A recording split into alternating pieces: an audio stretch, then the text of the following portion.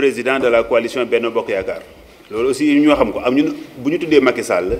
ce n'est pas parce que c'est le président de la République mais c'est le président de la coalition Benno Bokk Yaakaar qui tient à ces élections mais qui tient surtout à cette formation parce que moom nee na jàpp ne mënuñu dem suñuy élection avec une structure aussi organisée 20h jot ba 21h mënuñu xam suñuy tendance objectivement nañu wax dëgg bu fekkee wax dëgg yàlla liggéey bi jaar na yoon et bureau de vote bi tëj à 18h 19h 20h am na war nañoo mën a am suñuy tendance parce que on le dira à la fin dafa xaw ma ndax jot nga clé USB bi dafa am benn plateforme ak benn application boo xamante ni waa Benno Bokk Yaakaar ñoo ko créé application bi après dañ ko joxe la veille war na mën a sax nekk ci téléphone bi à partir de nos quartiers généraux suñuy ay sièges war nañoo mën a xam boo duggee ci application bi fan la suñu ay voix toll fan la mën a yéeg parce que mbir mi day dem ak ñëw. leneen li ma ciy dolli pour terminer en attendant ñuy libérer président Abdoulaye Dièye après je me joins à tout le monde pour féliciter et les encourager l'importance du vote campagne bi lu mu xumb lu mu neex lu mu bari coow lu ñu mobiliser c'est le vote qui détermine la finalité des élections la dernière fois il faut le dire on a été dominé à Thiès ce n'est pas parce que les gens ne veulent pas de nos coalitions mais am na ci côté boo xamante ne nos militants ne sont pas allés voter parce que jàpp nañ ne xëy na mbir mi mokk na d'autres ont été un peu paresseux xëy na rang bi bari woon na xam nga on voté 3 fois tel n'est pas le cas aujourd'hui su may wax nag l'importance du vote je vais prendre l'exemple de Khombole où le maire élu actuellement Magaye Boye a devancé son second de 3 voix 3 voix ki gagné maire Khombole 3 voix la rawee ñi ci des et donc je suis sûr que deuxième bi am na fukki nit wala ñaar fukki nit yu ko xam yoo xam te ne amoon nañu yéene votel ko te voté wuñu alors ceci c'est juste pour vous dire l'importance d'une seule voix kon nañ ci farlu en attendant ñuy jug ci liggéey bi dans le contenu président loolu laa boo amoon li mu yóbbanti ma lay wax logistique bi nee nañ ñoom dinañ ko yónnee en tout cas le président de la République veut que avant 22 heures ñu xam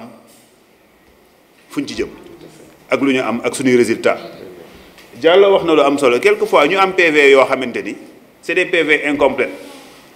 ci élection locale yi recevoir nañ PV yoo xamante ni y avait combien de listes je crois qu'il y avait 15 listes à Thiès recevoir nañ PV yoo xamante ni dañu ciy bind rek si gi jot na Benno Bokk Yaakaar Yewwi le reste yëpp incomplet gars yi duñu ci def dara comme si bokkuñu ci. N'oubliez pas que nous allons à des élections législatives te élections législatives même plus fort reste da lay jox député bu ñuy wax plus fort reste nag généralement gars yi dañuy yaakaar parce que dañuy xalaat parti bu ndaw bi mais même parti majoritaire bi am na député boo xamante ne plus fort reste la jàlle te loolu kon weccit boobu buñ ko sàgganee. Plus important en politique c'est l'engagement, c'est la loyauté et la détermination et sur ce loolu la ñuy xaar ci mandataires yi moom la ñuy xaar ci représentant bureau de vote yi boo leen xoolee processus bi fi mu jaar ba yegg si fii ñi ko taxawal comme moom ni mu ko waxee engagement ak volonté lañ ko defee donc je pense véritablement puso bi warul dem ba ci représentant de bureau de vote yi wala mandataire centre de vote yi muy réer parce que ñun ñëpp au-delà de toutes ces considérations nous sommes aussi responsables que le président Macky Sall de ce qui se passe dans nos centres de vote ñun ñëpp on a le devoir parce que aussi il faut le rappeler les représentants des bureaux de vote ont été choisis ñoom volontairement ñu laaj la nga joxe sa carte d'identité joxe sa tur ne dama bëgg siéger ñu jox la nga siéger mandataire bi dañoo dem comité électoral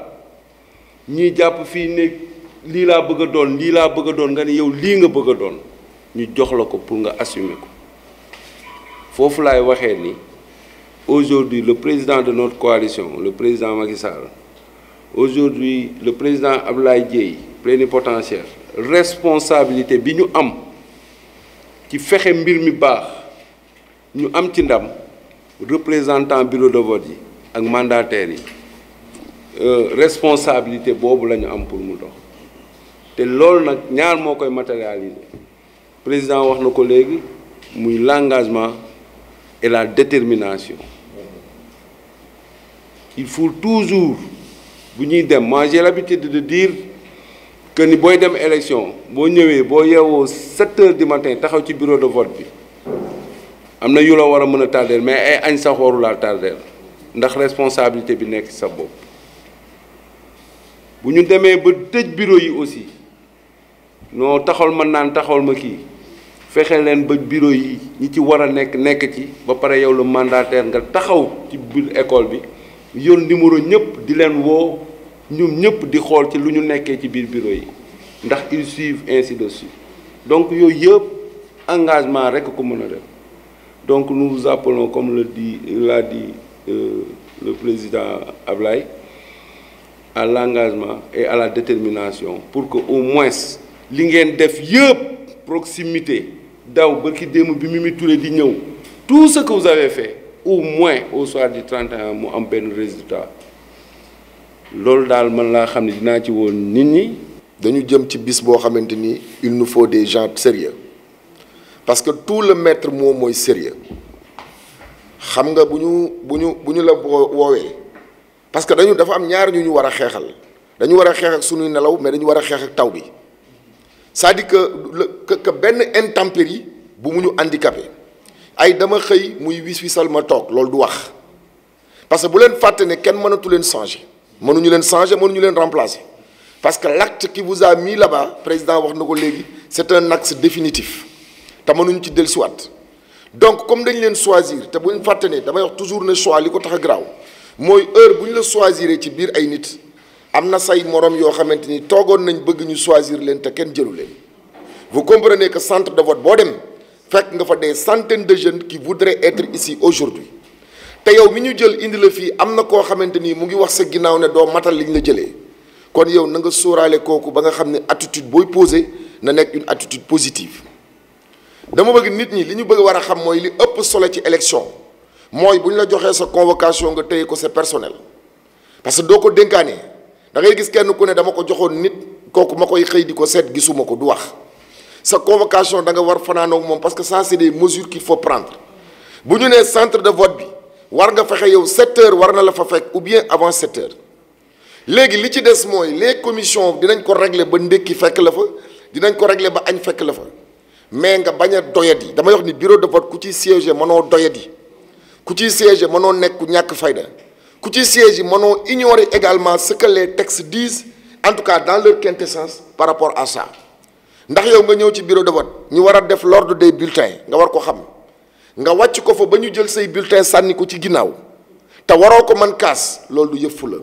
beneen bi ci des encore nit ñëw di voter si vous laissez le président du bureau de vote des fois gis nañ sax ne des fois les présidents du bureau de vote du ñëpp ñoo ko mel parce que dañ leen di gërëm au passage mais léeg-léeg nga gis ñi nga xamante ni ils ne sont pas du tout catholiques dans la démarche ñu ñëw di jël say militants di leen orienter di leen voteloo te yow nga toog wala yow nga nekk représentant bureau de vote tu es là-bas comme courrier ñi lay yónni parce que gis nañ ko fi